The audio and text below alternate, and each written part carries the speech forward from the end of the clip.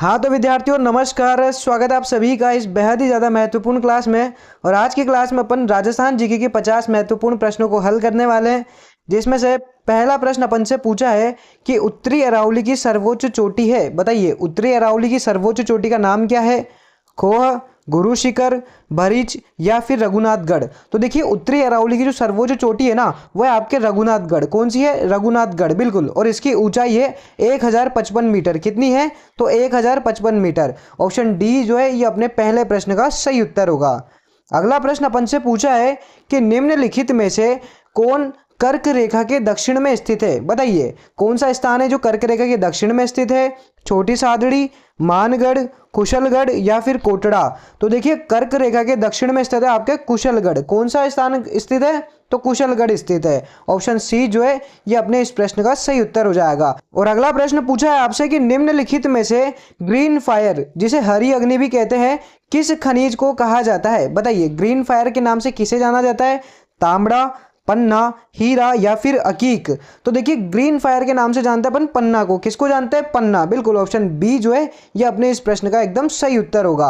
अगला प्रश्न अपन से पूछा है कि राजस्थान में औसत वार्षिक वर्षा होती है। बताइए औसत वार्षिक वर्षा कितनी होती है अपने राजस्थान में?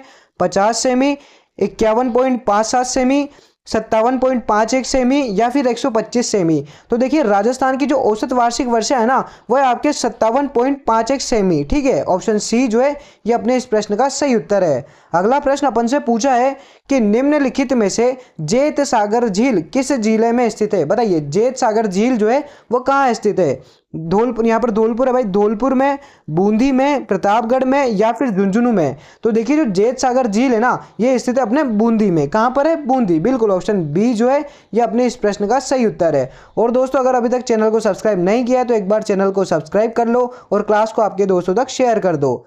अगला प्रश्न अपन से पूछा है कि वर्ष 2011 की जनगणना के अनुसार न्यूनतम जनसंख्या वृद्धि दर किस जिले में है? बताइए जहां पर बिल्कुल ही न्यून जनसंख्या बढ़ी थी वो कौन सा जिला है? बताओ बाड़मेर, चित्तौड़गढ़, राजसमंद या फिर श्रीगंगानगर। तो देखिए न्यूनतम जनसंख्या वृद्धि दर थी श्रीगंगानगर की। किसकी थी? श्रीगंगानगर, बिल्कुल। 10% ही थी इसकी। कितनी थी? 10%। और बात करें सर्वाधिक, तो सर्वाधिक थी आपके बाड़मेर की, और बाड़मेर की लगभग 32% थी। ठीक है, ये आपको याद रखना है। तो ऑप्शन डी जो है ये अपने इस प्रश्न का सही उत्तर है। अगला प्रश्न आपसे पूछा है कि राजस्थान में औद्योगिक दृष्टि से पिछड़ा जिला है। बताइए औद्योगिक दृष्टि से पिछड़ा हुआ जिला कौन सा है राजस्थान में? कोटा, जालोर, अजमेर या फिर अलवर। तो देखिए औद्योगिक दृष्टि से पिछड़ा हुआ जिला है अपने जालोर। कौन सा है? जालोर, बिल्कुल सही। ऑप्शन बी जो है ये अपने इस प्रश्न का सही उत्तर है। अगला प्रश्न अपन से पूछा है कि विक्रम संवत पंचांग के अनुसार शीतला अष्टमी किस दिन मनाई जाती है? बताइए चैत्र कृष्ण अष्टमी को, चैत्र शुक्ल अष्टमी को, फाल्गुन शुक्ल अष्टमी को या फिर कार्तिक कृष्ण अष्टमी को। तो देखिए जो शीतला अष्टमी का त्योहार है ना, ये मनाते हैं अपन चैत्र कृष्ण अष्टमी को। कब मनाते हैं? चैत्र कृष्ण अष्टमी, बिल्कुल। ऑप्शन ए जो है ये अपने इस प्रश्न का बिल्कुल सही उत्तर है। अगला प्रश्न अपन से पूछा है कि राज्य में एमएसएमई अधिनियम कब लागू हुआ? बताइए वर्ष 2017 में, वर्ष 2020 में, वर्ष 2019 में या फिर वर्ष 2021 में। तो देखिए जो एमएसएमई अधिनियम है ये लागू हुआ था 2019 में। कब हुआ था? वर्ष 2019। ऑप्शन सी जो है ये अपना सही उत्तर है।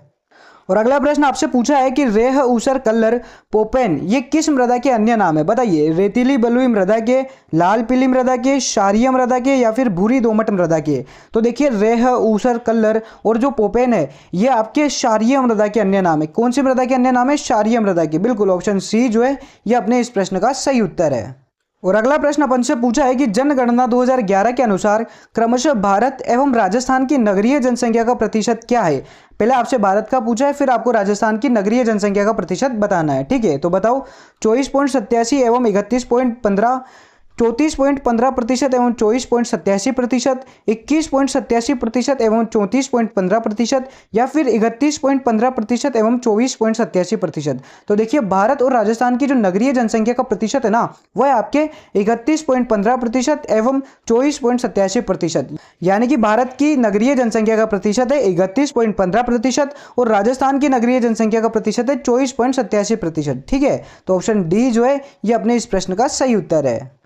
और अगला आपसे पूछा है कि दीनदयाल अंत्योदय योजना किस योजना का पुनर्गठित रूप है? बताइए दोस्तों, स्वर्ण जयंती शहरी रोजगार योजना की, इंदिरा गांधी विकास योजना की, प्रधानमंत्री अन्नदाता योजना की, या फिर इनमें से कोई नहीं। तो देखिए जो दीनदयाल अंत्योदय योजना है ना, यह पुनर्गठित नाम है स्वर्ण जयंती शहरी रोजगार योजना का। बिल्कुल ऑप्शन ए जो है ये अपने इस प्रश्न का सही उत्तर है। ठीक है, अगला प्रश्न अपन से पूछा है कि जैन समुदाय द्वारा पर्युषण पर्व किस माह में मनाया जाता है? बताओ, आश्विन माह में, श्रावण माह में, कार्तिक माह में, या फिर भाद्रपद माह में? तो देखिए जैन समुदाय जो पर्युषण पर्व मनाता है वो मनाता है भाद्रपद माह में। कब मनाता है? भाद्रपद में। बिल्कुल ऑप्शन डी जो है ये अपने इस प्रश्न का सही उत्तर है। अगला प्रश्न आपसे पूछा है कि मुख्यमंत्री एकल नारी सम्मान पेंशन योजना निम्नलिखित में से किससे संबंधित है? बताइए।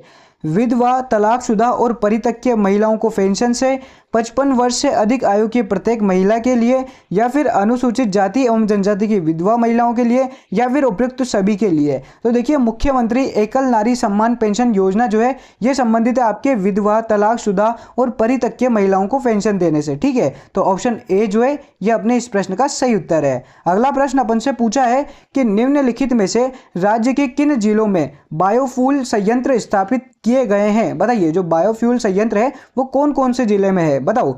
जयपुर भीलवाड़ा सिरोही में, जयपुर जैसलमेर चूरू में, झुंझुनू अलवर जयपुर में, या फिर भीलवाड़ा उदयपुर बांसवाड़ा में? तो देखिए जो बायोफ्यूल संयंत्र है ना वो स्थित है आपके जयपुर, भीलवाड़ा और सिरोही में। बिल्कुल ऑप्शन ए जो है ये अपने इस प्रश्न का सही उत्तर है। ठीक है, अगला प्रश्न अपन से पूछा है कि निम्नलिखित में से कौन सी तिलहन की फसल नहीं है? देखो नेगेटिव पूछा है कि कौन सी तिलहन की फसल नहीं है। सरसों बिल्कुल है, अलसी ये भी है, मक्का हाँ ये नहीं है, और सोयाबीन तो है ही सही। ठीक है, तो तिलहन फसल कौन सी नहीं है? तो मक्का नहीं है। ऑप्शन सी जो है ये अपने इस प्रश्न का सही उत्तर है। अगला प्रश्न अपन से पूछा है कि निम्नलिखित में से किस संशोधन अधिनियम के अंतर्गत राज्य विधान परिषद का चुनाव लड़ने वाला उम्मीदवार को संबंधित राज्य का मतदाता होने की अनिवार्यता समाप्त कर दी गई? बताइए कौन से संविधान संशोधन में यह पारित किया गया था? 10वां संविधान संशोधन अधिनियम, 11वां संविधान संशोधन अधिनियम, जन प्रतिनिधित्व अधिनियम 1951, या फिर जन प्रतिनिधित्व अधिनियम 2003? तो देखिए कोई से भी राज्य विधान परिषद का चुनाव लड़ने के लिए उम्मीदवार को संबंधित राज्य का मतदाता होने की अनिवार्यता को समाप्त किया गया था आपके जन प्रतिनिधित्व अधिनियम 2003 के द्वारा। किसके द्वारा? तो जन प्रतिनिधि अधिनियम 2003 द्वारा। ठीक है, ऑप्शन डी जो है ये अपने इस प्रश्न का सही उत्तर है। अगला प्रश्न अपन से पूछा है कि राज्य मानवाधिकार आयोग अपना वार्षिक प्रतिवेदन किसको प्रेषित करता है? बताइए, किसे देगा? मुख्य सचिव को, राष्ट्रपति को, राज्य सरकार को, या फिर केंद्र सरकार को? तो देखिए राज्य मानवाधिकार आयोग है ना ये अपनी वार्षिक प्रतिवेदन रिपोर्ट जो है ये प्रस्तुत करता है राज्य सरकार को। किसको देगा? तो राज्य सरकार को, संबंधित राज्य की राज्य सरकार को। ठीक है, ऑप्शन सी जो है ये अपने इस प्रश्न का सही उत्तर है। अगला प्रश्न अपन से पूछा है कि निम्नलिखित में से किस अनुच्छेद के तहत नगर पालिकाओं में अनुसूचित जातियों, अनुसूचित जनजातियों और स्त्रियों के लिए आरक्षण का प्रावधान है? बताइए। अनुच्छेद 243 यू में, अनुच्छेद 243 क्यू में, अनुच्छेद 243 आर में, या फिर अनुच्छेद 243 टी में? तो देखिए अनुसूचित जाति, जनजाति और स्त्रियों के लिए जो आरक्षण का प्रावधान है वो किया गया है आपके अनुच्छेद 243 टी में। ठीक है, ऑप्शन डी जो है ये अपने इस प्रश्न का सही उत्तर है। अगला प्रश्न अपन से पूछा है कि वार्ड सभा की गणपूर्ति होती है। बताइए वार्ड सभा की गणपूर्ति कितनी होती है? 1/10, 1/3, 1/4 या फिर 1/5? तो देखिए वार्ड सभा की जो गणपूर्ति होती है ना वो होती है अपने 1/10। क्या होती है? 1/10। बिल्कुल ऑप्शन ए जो है ये अपने इस प्रश्न का बिल्कुल सही उत्तर है। ठीक है, अगला प्रश्न अपन से पूछा है कि किस अनुच्छेद के तहत राज्यपाल के पास धन विधेयक और अनुदान मांगों की सिफारिश करने की शक्ति है? बताइए कौन सा अनुच्छेद है? अनुच्छेद 207, अनुच्छेद 208, अनुच्छेद 202 या फिर अनुच्छेद 161? तो देखिए धन विधेयक और अनुदान मांगों की सिफारिश करने की जो शक्ति है वो है अनुच्छेद 207 के अंतर्गत। कौन से अनुच्छेद में? अनुच्छेद 260। ठीक है, ऑप्शन ए जो है ये अपने इस प्रश्न का सही उत्तर है। अगला प्रश्न अपन से पूछा है कि राज्यपाल के पद की अर्हताओं के संबंध में निम्न में से कौन सा कथन असत्य है? देखो यहाँ पर असत्य पूछा है, यानी कि 3 सत्य है 1 असत्य है। अब अपने को असत्य बताना है। ठीक है, तो बताओ राज्यपाल संसद या राज्य विधानमंडल का सदस्य नहीं होना चाहिए? बिल्कुल सही है, नहीं होना चाहिए। यदि वह किसी भी सदन का सदस्य हो तो राज्यपाल पद की शपथ लेने के बाद उस सदन से उसका स्थान रिक्त माना जाएगा। ये भी बात सही है, रिक्त माना जाता है। कार्यकाल के दौरान उनकी आर्थिक उपलब्धियों व भत्तों को संसद के द्वारा कम किया जा सकता है, नहीं, ये गलत बात है। राज्यपाल के उपलब्धि व भत्तों को किसी भी कंडीशन में कम नहीं किया जा सकता है, ठीक है। और अगला है कि राज्यपाल के कार्यकाल के दौरान अन्य किसी प्रकार का पद धारण नहीं कर सकता, तो ये बात भी सत्य है कि राज्यपाल अन्य पद धारण नहीं कर सकता है। तो ऑप्शन सी जो है ये अपना सही उत्तर हो जाएगा कि उसकी उपलब्धि और भत्तों में संसद द्वारा किसी भी प्रकार से कटौती नहीं की जा सकती है, ठीक है। तो ऑप्शन सी अपने इस प्रश्न का सही उत्तर है। अगला प्रश्न अपन से पूछा है कि सूचना के अधिकार के तहत जीवन या स्वतंत्रता से संबंधित सूचना कितने समय में उपलब्ध करानी होगी? बताइए, 1 दिन में, 1 सप्ताह में, 48 घंटे में या फिर 15 दिन में? तो देखिए, जीवन या स्वतंत्रता से संबंधित सूचना जो हमें उपलब्ध करवानी होती है ना, वो करवानी होती है 48 घंटे में। बिल्कुल, सूचना के अधिकार के तहत जीवन व स्वतंत्रता से संबंधित सूचना हमें 48 घंटे में उपलब्ध करवानी होती है। तो ऑप्शन सी जो है ये अपने इस प्रश्न का सही उत्तर है।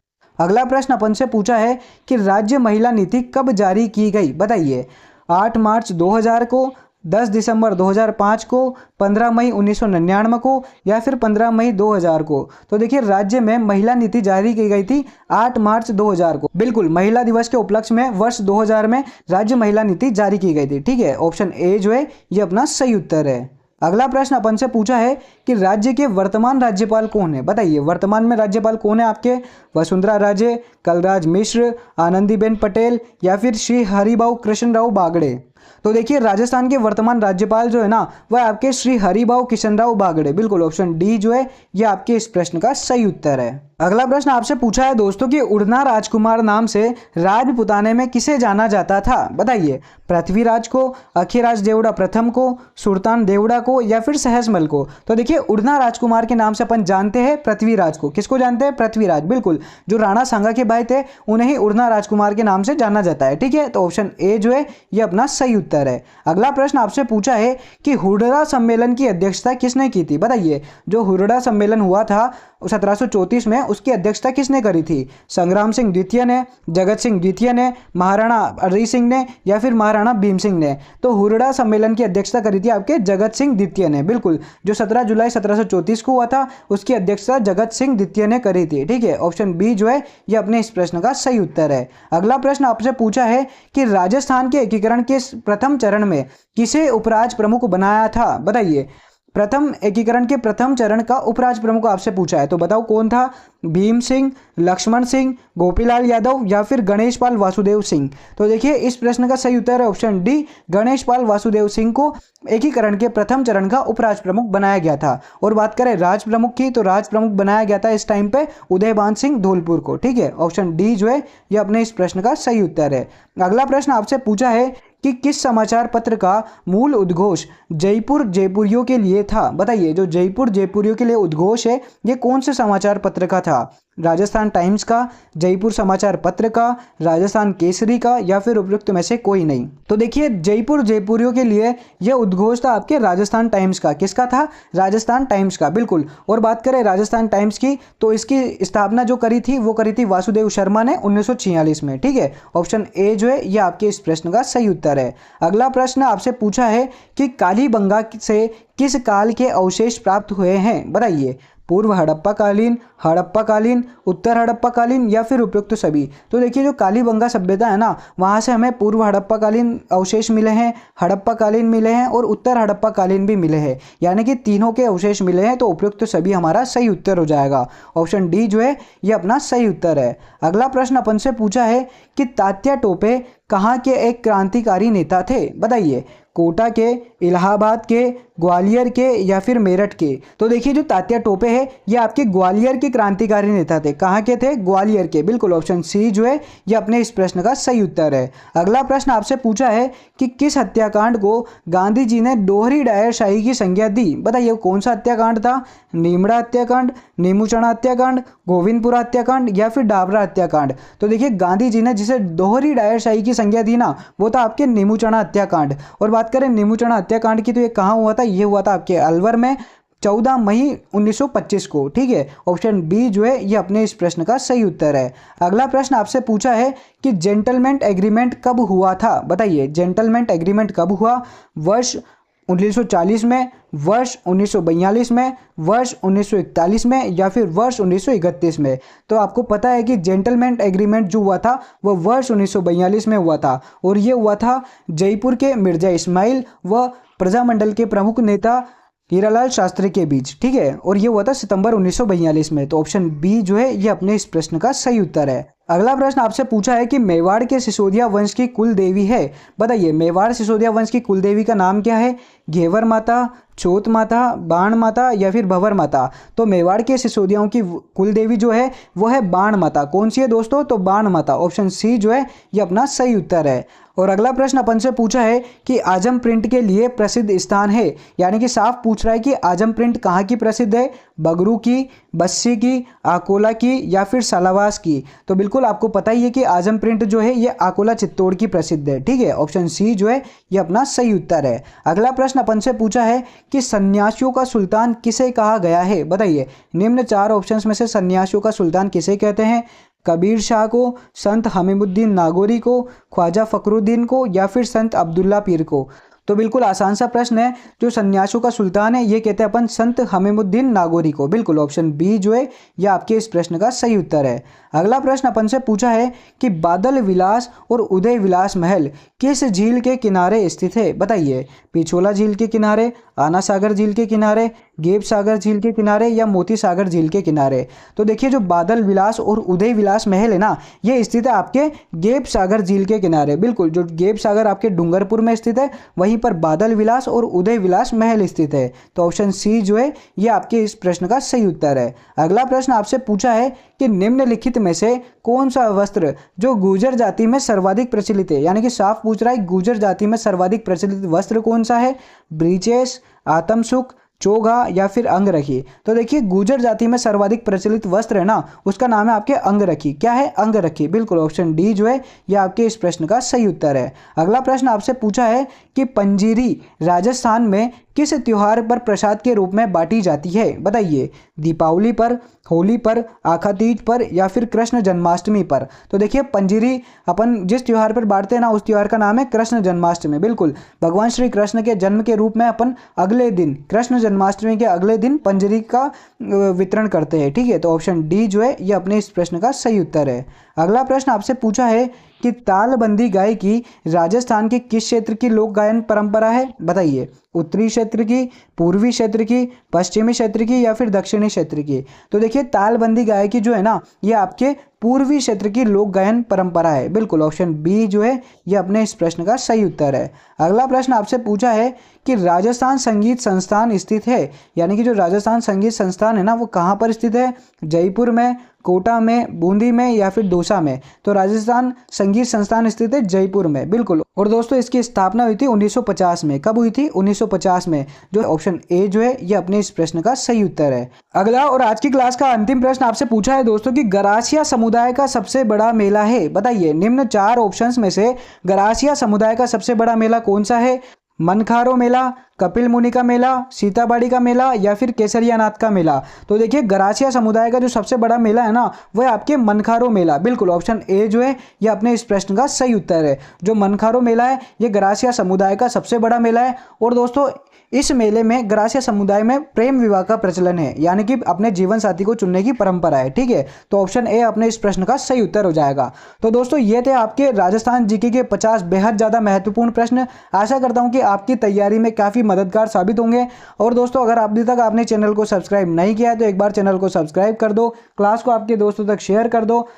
ठीक है, तो मिलते हैं अपन अगली क्लास में। तब तक के लिए जय हिंद, जय भारत, धन्यवाद और आपके एग्जाम के लिए बेस्ट ऑफ लक।